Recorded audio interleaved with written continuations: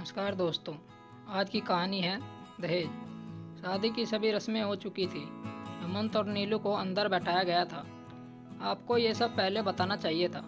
ऐन वक्त पर ऐसा मत कीजिए, दुल्हन की मां ने गुस्सा होते हुए कहा। यह भी कोई कहने की बात है? ये सब तो सभी लड़की वाले करते हैं। हेमंत की मां ने ये बातें सुनकर नीलू की मां छोटा सा मुंह लेकर रह गई। हर एक मेहमान की नज़र उस पर आकर जम गई थी। दोनों समधनों के बीच में होने वाली बातें वहाँ सभी ने सुन ली थी और नीलू ने पीछे मुड़कर अपनी माँ को देख रही थी। क्या हुआ मम्मी? नीलू को कुछ आशंका हुई तो उसने नज़दीक आकर अपनी माँ से पूछा। ये क्या बताएंगी? मैं बताती हूँ। हमने कार के लिए कहा तो इन्हें बुरा लग गया। हेमंत की माँ सुलोचना ने मुंह बनाते हुए कहा। तो क्या इतनी छोटी सी चीज़ है जो कहते ही मिल जाए? और कार मांगने का क्या मतलब है? नीलू ने भी अपनी सास से पूछा। मतलब लड़के वाले हैं हम, कुछ इज्जत नहीं है क्या हमारी? सुलोचना ने आंखें निकाल कर कहा।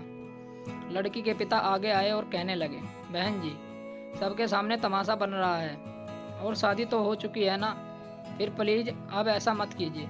मेरा हेमंत है ही इस काबिल, इतना भी नहीं मिलना चाहिए क्या? हमने तो अपने दामाद को कार दी थी, पूछ लीजिए। सुलोचना ने इतराते हुए पास खड़े अपनी बेटी दामाद की तरफ इशारा करते हुए कहा। काबिल है तो बाजार में ले जाकर बेच दीजिए।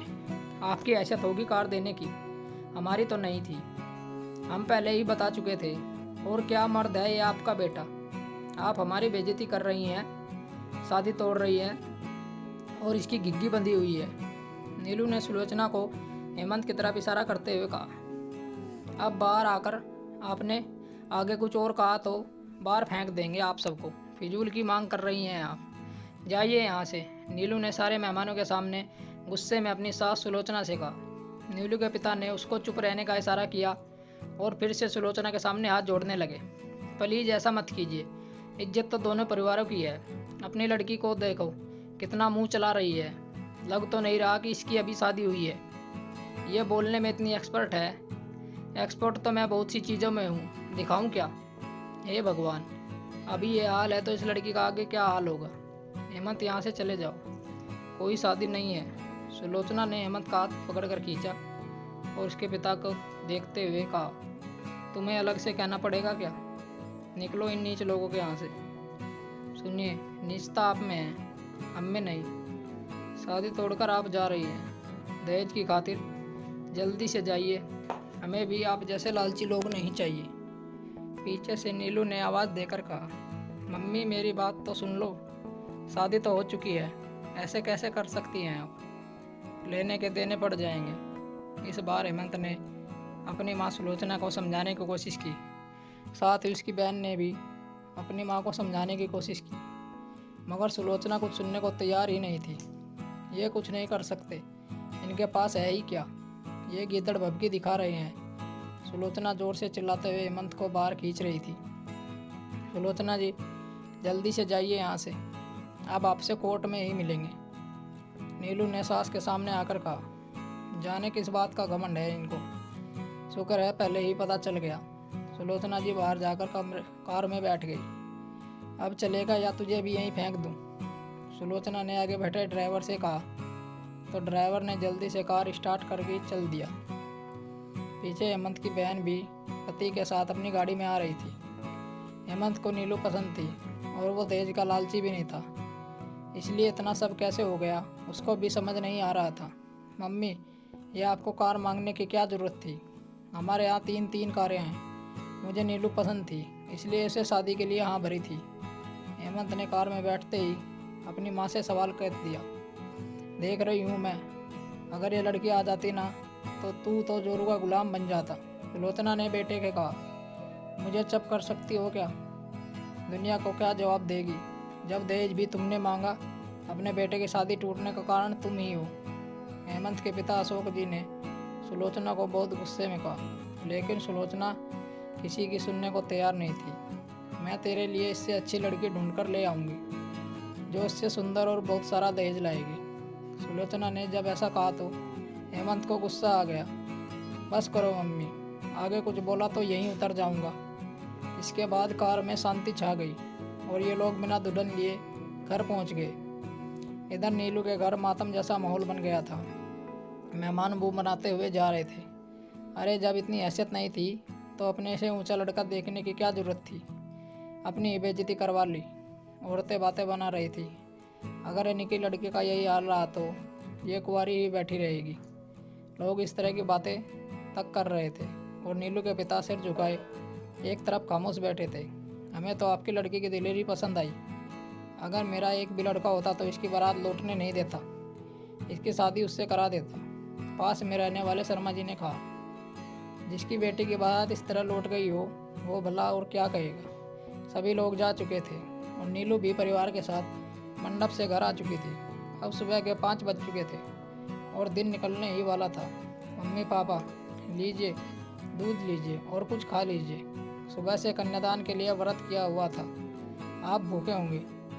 नीलू ने घर आकर दुल्हन के कपड़े उतार कर रख दिए और इसके बाद पहले अपनी मम्मी पापा को कुछ खाने को दिया। नीलू की माँ उसको गौर से देख रही थी। सबसे बड़ी बेटी और घर की पहली शादी थी ये। अब लोग थूकेंगे हम पर और छोटी की शादी कैसे होगी, कहकर नीलू की माँ अपने आंसू नहीं रोक सकी और अपने पल्लू से अपने बहते आंसू पहुँचने लगी। मम्मी, कोई नहीं थूकेगा, बल्कि बेइज्जती तो उनकी हुई है। आपकी बेटी हिम्मत वाली है। अच्छा शादी नहीं हुई, नहीं तो बाद में न जाने क्या क्या मांगती।